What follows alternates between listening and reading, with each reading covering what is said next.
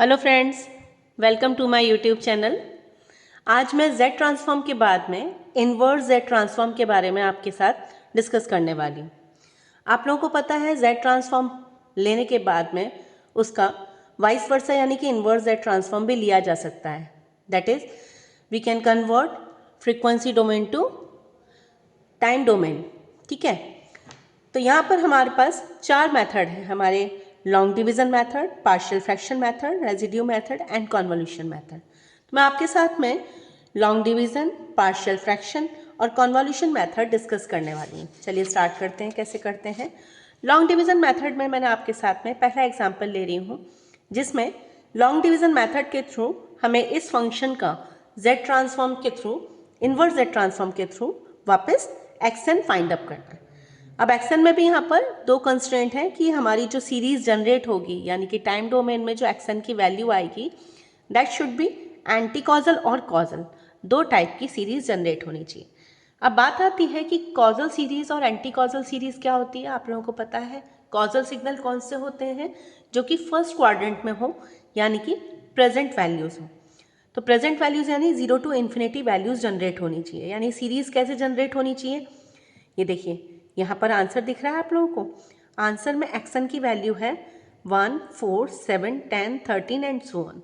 तो यहाँ पर जो सीरीज जनरेट हो रही होगी वो इस ओरिजिन पॉइंट के बाद में 1 पॉइंट पर, फिर 2 पर, फिर 3 पर, फिर 4 पर, ऐसी n की डिस्क्रीट वैल्यूज पर जनरेट हो रही होगी, इसीलिए इसे कॉजल बोलते हैं।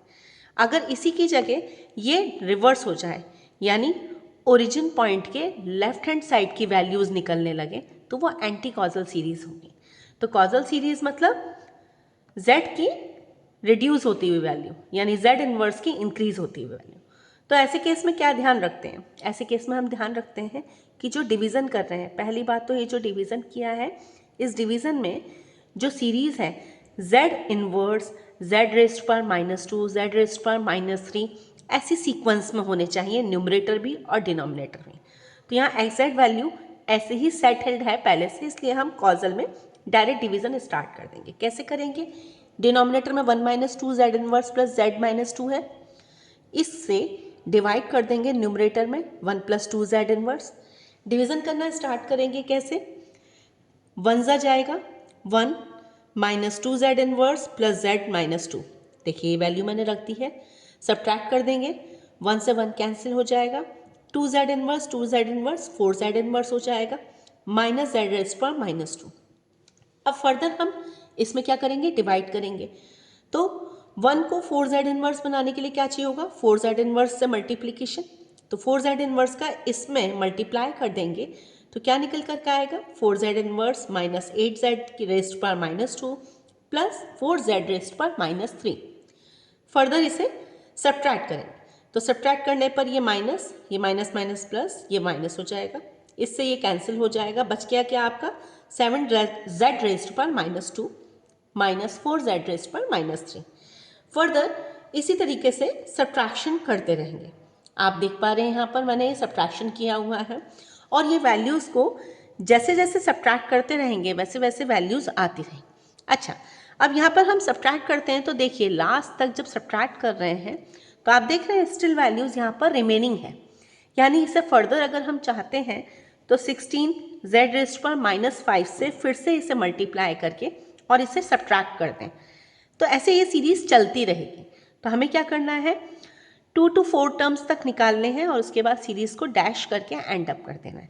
तो ये आगे आपकी सीरीज चलती ही रहेगी। ठीक है, चलिए अब आंसर क्या आ गया आपका, 1 + 4Z inverse plus Z rest पर -2 प्लस 10Z रेस्ट पर -3। यहाँ पर देखिए 1 क्या है, 1 0th पोजीशन पर कोफिशिएंट है, लिख दिया आपने। 4 क्या है, फर्स्ट पोजीशन पर कोफिशिएंट।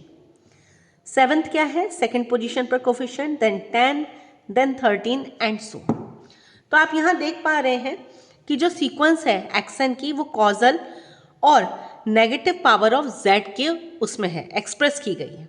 इसीलिए हमने जो डिवीजन स्टार्ट किया है ये कांस्टेंट से स्टार्ट किया है। अदरवाइज अब अगर हमें सेकंड पार्ट करना है यानी कि एक्शन को एंटी कॉजल जनरेट करना है तो ऐसे केस में हमें क्या करना होगा, इसके सीरीज को रिवर्स कर देना होगा। सीरीज़ को रिवर्स कैसे करेंगे, देखिए इसकी सीरीज़ को रिवर्स करने का तरीका ये लीजिए। यहाँ पर मैंने एंटी कॉजल फॉर्मेट में इनवर्स जेड ट्रांसफॉर्म निकाला है। तो हमने क्या किया, क्वेश्चन था हमारा 1 - 2 Z inverse plus Z rest पर -2। अब मैंने कांस्टेंट को रिवर्स साइड पर रखा है और सीरीज को पूरा असेंडिंग ऑर्डर में कर दिया है जेड की पावर्स का, ठीक। इसी तरीके से न्यूमरेटर साइड पर भी 1 + 2 जेड रेस्ट पर -1 था, आपने न्यूमेरिकल में देखा था, अभी मैंने न्यूमेरिकल में दिखाया था 1 + 2 जेड रेस्ट पर -2, लेकिन यहाँ पर क्या कर दिया 2 जेड इनवर्स +1, यानी रिवर्स कर दिया हमने ऑर्डर। तो ऑर्डर अगर हमने रिवर्स कर दिया है तो ऐसे केस में क्या हो जाएगा, अब हम डिवीज़न स्टार्ट करेंगे तो z की पॉजिटिव पावर्स में डिवीज़न स्टार्ट हो जाएगा। z रेस्ट पर -2 दिया है और ये z रेस्ट पर -1 बनाना है, यानी एक पावर रिड्यूस करनी है, तो यानी z की वैल्यू से मल्टीप्लाई करेंगे, तो 2 ऑफ z से मल्टीप्लाई करने पर ये वैल्यू आएगी, इसमें मल्टीप्लाई जब करते हैं 2z multiplied with z raised to -2 will be 2z inverse. 2z multiplied with 2z inverse equals 4 plus 1 यानी 2z as it is। इसी तरीके से हम सब्ट्रैक्शन करेंगे, सब्ट्रैक्ट करने पर ये दोनों आपस में रिड्यूस आउट हो जाएंगे, रिमेनिंग पार्ट बचेगा 5 - 2z इनवर्स। सक्सेसिव इसी तरीके से डिवीज़न करते रहेंगे 4-5 वैल्यूज़ तक। फर्दर आप देख रहे हैं रिमाइंडर अभी भी है, तो ये जो रिमाइंडर बचा हुआ है इसको फर्दर भी हम सक्सेसिव डिवीज़न कर सकते हैं, लेकिन हमें रिक्वायरमेंट इतने की ही रहती। अब आप देखें ये वैल्यूज़ जो निकल कर आई हैं, इन वैल्यूज़ पर पहली वैल्यू कांस्टेंट नहीं है, z की पावर में, z की पावर 1। तो अगर हम देखें तो कोई वैल्यू z की पावर 1 मतलब अगर टाइम डोमेन में देखें तो n की वैल्यू यहाँ पर 0, 1, 2, 3, इसी तरह से यहाँ -1, -2, -3 एंड सो ऑन चलती है। तो यहाँ पर z की रिड्यूस पावर यानी 1/z, z की पावर -2, z की पावर -3 रहता है, और इस तरफ z, z², z³ ऐसे रहता है। तो अब यहाँ पर जो मेन वैल्यू है, यहाँ पर क्या वैल्यू रहती है, कांस्टेंट। तो यहाँ कांस्टेंट वैल्यू नहीं है, यानी पहली वैल्यू क्या हो गई हमारी 0, तो ये वैल्यू 0 लिख लिया। ये जो एरो है, ये एरो किसको रिप्रेजेंट करता है, ओरिजिन पॉइंट को, यानी कि 0th पोजीशन को।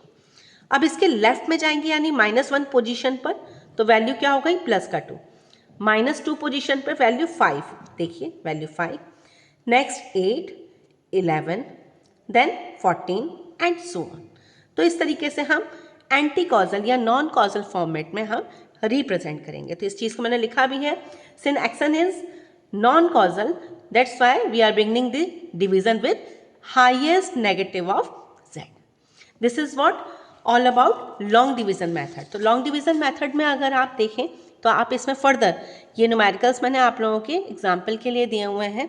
इस न्यूमेरिकल में आपको एग्जाम्पल के साथ साथ आंसर भी दिया हुआ है चेक करने के लिए, तो एक बार ट्राई कीजिएगा अपने लेवल पर, और अगर आपसे सॉल्व नहीं होता है तो कमेंट बॉक्स में सेटल कर दीजिएगा कमेंट, मैं आपको आंसर इसका भी दे दूँगी, ठीक है। अब नेक्स्ट उस पर चलते हैं पार्शियल फ्रैक्शन एक्सपेंशन मेथड, जो कि आपने लाप्लास में भी पढ़ा होगा। पार्शियल फ्रैक्शन एक्सपेंशन मेथड, उसमें 3 टाइप के रूट्स होते थे, एक तो सिंपल रूट्स होता था, दूसरा कौन सा रूट्स होता था, मल्टीपल ऑर्डर वाला, थर्ड रूट कौन सा होता था, जब इमेजनरी रूट होते थे। तो पार्शियल फ्रैक्शन एक्सपेंशन मेथड का इस्तेमाल करके ही हम क्या करेंगे, inverse Z transform find up करेंगे। हमने एक बेसिक फॉर्मूला बना लिया है, ये बेसिक फॉर्मूले से हमें जब इनवर्स जेड ट्रांसफॉर्म लेंगे आफ्टर टेकिंग पार्शियल एक्सपेंशन, तब बहुत आसान पड़ेगा। आप लोगों ने शुरुआत से ही जब जेड ट्रांसफॉर्म पढ़ा था तब आप लोगों को मैंने बताया था a⁻n का जेड ट्रांसफॉर्म क्या होता है, z/z - a, which can also be written as 1 - a z inverse. ये फॉर्मेट तो आपने बहुत बार पढ़ा होगा। 1 - a z इनवर्स का इनवर्स जेड ट्रांसफॉर्म a⁻n तब होता है जब आपका ROC यूनिट सर्किल के बाहर होता है, लेकिन यही इनवर्स जेड ट्रांसफॉर्म क्या हो जाएगा, -a⁻n u - n - 1 कब हो जाएगा, जब आरओसी यूनिट सर्किल के अंदर हो जाएगा। आगे एग्जाम्पल में इस चीज़ को डिस्कस करेंगे। फिलहाल आप ये याद रखिए कि हमें इस फॉर्मेट में लेकर आना होता है अपने पार्शियल फ्रैक्शन लेने से बाद। तो इसके लिए हमारा answer direct inverse Z transform में निकल आए। जब मल्टीपल ऑर्डर हो जाता है यानी 2, 3, 4 या फिर फर्दर इसकी पावर k, तो ऐसे केस में हम डायरेक्ट इस्तेमाल कर सकते हैं n का फॉर्म। यहाँ पर क्या हो जाएगा, अगर 2 है तो यहाँ पर एक बार n आ जाएगा, a रेस्ट पर n-1 हो जाएगा। 3 बार अगर पावर है इसकी तो 2 बार आ जाएगा n-1 अपॉन फैक्टोरियल। तो अब आप देख रहे हैं n की रिड्यूस्ड पावर चलती जा रही है यहाँ पे और यहाँ फैक्टोरियल चलता जा रहा है। तो इसको हमने जनरलाइज फॉर्मूले में कन्वर्ट कर लिया कि अगर हमारे पास में पार्शियल एक्सपेंशन करने के बाद मल्टीपल रूट्स आने के बाद में z अपॉन z माइनस ए रेस्ट पावर k टाइप का आंसर आता है तो उसका इन्वर्स z ट्रांसफॉर्म डायरेक्ट कैसे लेते हैं। तो देखिए n into n-1 up to चलेगी ये सीरीज n माइनस k माइनस 2 इस upon factorial k-1 a rest पर n माइनस k प्लस 1। इस फॉर्मूले को अगर आप लर्न कर लेंगे, वैसे तो इसका भी एक टारगेट एक भी रीज़न होता है इस फॉर्मूले का, पर फिलहाल हमें इतनी ही ज़रूरत है। तो अगर आप इसको लर्न कर लेंगे तो आप डायरेक्ट z ट्रांसफॉर्म से इन्वर्स z ट्रांसफॉर्म निकाल सकते हैं। ठीक है, तो आप न्यूमेरिकल से स्टार्ट करते हैं। z ट्रांसफॉर्म के न्यूमेरिकल किसके बेसिस से, किससे यूज़ करके, पार्शियल फ्रैक्शन एक्सपेंशन मेथड से। देखिए मैंने फर्स्ट न्यूमेरिकल स्टार्ट करा है। पहला न्यूमेरिकल है जिसमें आरओसी z की वैल्यू ग्रेटर देन 1/2 है, यानी इसका जो यूनिट सर्किल के बाहर रूट्स हैं तो इसका इन्वर्स z ट्रांसफॉर्म हम अकॉर्डिंगली लेंगे। अगर यूनिट सर्किल के अंदर होता तब हम इसकी u की पावर n की जगह u माइनस n-1 लेते। लास्ट में देखते हैं इस बात को। ये क्वेश्चन है। अब हमें क्या करना है, सिंपल से एग्जैक्ट की वैल्यू को पहले पॉजिटिव पावर्स ऑफ z में ले आना है, z upon z minus a की वैल्यूज में। तो हमने क्या करा, z इनवर्स को 1/z लिख लिया, उसका एलसीएम ले लिया और जो भी एलसीएम लेकर आया पावर में ऊपर जाके उसको मल्टीप्लाई कर दिया। तो वैल्यू क्या आ गई, 1/4z upon z minus 1/2 z minus 1/4। अब हमारे पास दो रूट्स हो गए, एक तो 1/2 और एक 1/4। तो ये z की वैल्यू इसके 1 में ले गए, a upon z minus 1/2 b upon z minus 1/4। मैंने आप लोगों को डायरेक्ट फॉर्मूला बता रखा है। डायरेक्ट फॉर्मूला कैसे होता है, a की वैल्यू निकालते हैं, पहला रूट उसके नीचे वाला इनटू जो भी वैल्यू है, जो भी वैल्यू क्या मतलब ये वाली वैल्यू। तो ये 1/4 upon z minus 1/2 into z minus 1/4। z की क्या वैल्यू लेंगे यहाँ पर, जो भी रूट ले रहे हैं यानी कि 1/2। तो ये 1/2 आया तो इसकी वैल्यू आ गई 1। इसी तरह से b की वैल्यू निकलेगी। b की वैल्यू के लिए हमारा कौन सा रूट है, z की वैल्यू 1/4 पर। तो z की वैल्यू 1/4 पर सेम हमने वैल्यू रख दी ये वाली यहाँ पर। जब इसमें वैल्यूज़ को सेटल किया तो z minus 1/4 z minus 1/4 reduce out कर गए, 1/4 अपॉन z माइनस 1/2। अब यहाँ पर जब हमने 1/4 रखा तो आंसर क्या आया, माइनस का 1। तो इस तरीके से a और b की वैल्यू हमारी क्या सेट आ गई है, -1। अब इन दोनों वैल्यूज़ को हम इस फॉर्मूले में रख देंगे। तो क्या आंसर आता है, xz upon z equals 1/z minus 1/2 minus 1/z minus 1/4। अब इस z का मल्टीप्लाई यहाँ पे कर दिया। तो देखिए हमने अभी अभी जो आपको टेबल दिखाई थी उस टेबल के फॉर्मेट में ये आ गया है। ये टेबल का फॉर्मेट था z minus a, z upon z minus a। तो यहाँ पर a की वैल्यू क्या हो गई, 1/2 रेस्ट पावर n un। यहाँ पर 1/4 a की वैल्यू हो गई तो 1/4 n un। अब यहाँ पर मैंने un क्यों लिखा है, क्योंकि z की वैल्यू सर्किल से बाहर है, z वहाँ पर आरओसी स्टेबल है। अगर ये सर्किल से अंदर होता तो un की जगह u माइनस n-1 लिखते। इस चीज़ को एग्जाम्पल से समझते हैं। अब मैं आपको नेक्स्ट एग्जाम्पल ले रही हूँ जिसमें हमारी आरओसी यूनिट सर्किल के बाहर भी होगी और यूनिट सर्किल के अंदर भी होगी। तो अब देखते हैं इस न्यूमेरिकल में। ये देखिए न्यूमेरिकल दिया है z स्क्वायर अपॉन 1 माइनस ए जेड z माइनस ए। अब देखिए ये तो फॉर्मेट में है z माइनस ए, लेकिन यहाँ पर a 1 माइनस करके है तो अब पहले z को इस साइड ले जाएंगे यानी माइनस ए जेड प्लस 1, फिर a को कॉमन ले लेंगे माइनस ऑफ a को। तो क्या आ जाएगा, माइनस ऑफ a को कॉमन लेने पर ये आ गया। अब यहाँ पर क्या लिख सकते हैं इसको, z minus 1/a, z minus a, ऊपर तो z है, ठीक है। तो हमने क्या लिख लिया है, इसको सॉल्व करके z माइनस का z अपॉन a अपॉन पहला रूट दूसरा, ठीक है। अब लिखा, इसमें कुल कितने रूट हैं, 1 और 2, तो कांस्टेंट वैल्यूज हो गई a और b। a की वैल्यू कैसे निकलेगी, अपने पुराने तरीके से z की वैल्यू 1/a पुट करके। b की वैल्यू कैसे निकलेगी, z की वैल्यू a पुट करके। a और b की वैल्यू निकल आई है दोनों। अब हम क्या करेंगे, ये a और b की वैल्यू को फॉर्मूले में रख देंगे। कौन से वाले में, इस वाले में। तो xz अपॉन z क्या निकला, xz अपॉन z निकला है आपका माइनस का पहली वैल्यू, a की वैल्यू है माइनस का 1/a upon 1 minus a square into upon में 1/z minus 1/a plus b की वैल्यू जो कि ये निकली है, b की value a upon 1 minus a square निकली 1/z माइनस a। अब आप यहाँ पर देखिए z माइनस 1/a, ROC क्या दिया है, RO से दिया है क्या, 1/a से लेसर है यानी कि यूनिट सर्किल के अंदर है 1/a वाले रूट पर, लेकिन a से ग्रेटर है यानी यूनिट सर्किल से बाहर है जब वैल्यू a है। तो जब वैल्यू a है यानी यूनिट सर्किल से बाहर है तब ये वैल्यू क्या हो जाएगी, un, और ये वाली कौन सी वाली है, u माइनस n माइनस 1। तो अब देखते हैं इसे कैसे लिखेंगे। देखिए यहाँ पर ये क्वेश्चन आई थी, अभी अभी आंसर आया था ये वाला। अब यहाँ देखिए ROC हमारी ये है, पोल Z की वैल्यू जो 1/a है वो नॉन कॉजल टर्म प्रोवाइड करा रहा है, और पोल Z की वैल्यू a पर कॉजल टर्म प्रोवाइड करा रहा है। तो कॉजल टर्म के लिए यानी Z की पावर a पर, यहाँ पर ये वाली वैल्यू के लिए ये तो कांस्टेंट आ गया एज इट है, ये क्या आ गया, a की power n un।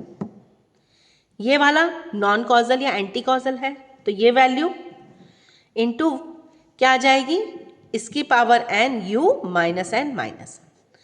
Minus sign कहाँ चला गया, माइनस साइन चला गया क्योंकि नॉन कॉजल टर्म्स के लिए, for non causal terms the inverse z transform of 1/z inverse z transform is minus of a raised power n u minus n minus 1। ये हम सेकंड क्वेश्चन में देख चुके हैं जब मैंने z ट्रांसफॉर्म करवाया है उसमें, पिछली वीडियोस में आप चेक करिएगा। तो ये क्या हो जाएगा, माइनस का साइन और माइनस का साइन प्लस में कन्वर्ट हो जाएगा। तो यहाँ से माइनस साइन हट गया है, कोई मिस्टेक नहीं है यहाँ पर माइनस साइन हट गया है क्योंकि ये नॉन कॉजल टर्म है, 1/a raised power n u minus n minus 1। तो ये था हमारा क्या, पार्शियल फ्रैक्शन के एक्सपेंशन के मेथड के थ्रू। अब तीसरा टर्म आता है ये, जब इमेजनरी हमारे पास में रूट्स हों। तो ये रूट्स के लिए मैं आप लोगों को अगर करवाऊंगी तो पहले लाप्लास में भी मैंने आप लोगों को करवाया था, कैसे करेंगे, एग्जैक्ट की वैल्यू ये दिया हुआ है, मल्टीप्लाई कर देंगे हम न्यूमरेटर और डिनोमिनेटर को z स्क्वायर से। देखिए z स्क्वायर से मल्टीप्लाई करा तो ये टर्म क्या बन गई, z square upon z square plus z plus 1, यानी z की पावर्स पॉजिटिव हो गई। अब यहाँ से एक z उठाकर xz अपॉन z के फॉर्मेट में ले आए, वैल्यू रिमेनिंग ये है, z square plus z plus 1 को हम इसमें क्वाड्रेटिक रूट इक्वेशन से फॉर्मूला पुट करके निकाल सकते हैं। आप लोगों को पता होगा क्वाड्रेटिक रूट इक्वेशन होती है minus B plus minus root of B square minus 4ac upon 2a। तो जब आप वैल्यू पुट करेंगे तो इसके रूट्स निकल आएंगे, तो वो रूट्स इस तरीके से निकलेंगे। अब फर्दर इन रूट्स को सॉल्व करना है, यानी इसको लिखना है a अपॉन, इसको लिखना है इसका एस्ट्रिक करके क्या, कॉन्जुगेट। तो वैल्यू अगर a की निकल आई तो a एस्ट्रिक की वैल्यू भी निकल आएगी उसकी माइनस वैल्यू पुट करके। तो अब यहाँ पर देखें हमने a की वैल्यू निकाली, इस रूट पर पूरी वैल्यू रख दी, इससे कट कर दिया, at z equals -0.5 plus j 0.866। तो जब वैल्यू को इसमें सब्स्टिट्यूट करेंगे तो आंसर आएगा ये वाला। अब कॉम्प्लेक्स कॉन्जुगेट क्या हो जाएगा, 0.5 real part as it is रहेगा, लेकिन जो ये जे वाला पार्ट है ये प्लस साइन है तो ये माइनस में कन्वर्ट हो जाएगा। तो हमारे पास में दो रूट्स अवेलेबल हो जाएंगे। कौन कौन से 2 रूट्स अवेलेबल हो जाएंगे? एक तो ये जिसका कोफिशिएंट ये निकल कर आया, दूसरा ये जिसका कोफिशिएंट इसका कॉम्प्लेक्स कॉन्जुगेट निकल कर आया। अब यहाँ पर जब आप इन्वर्स जेड ट्रांसफॉर्म लेंगे तो उसके लिए जेड को यहाँ पर मल्टीप्लाई कर देंगे, तो जेड को मल्टीप्लाई कर दिया।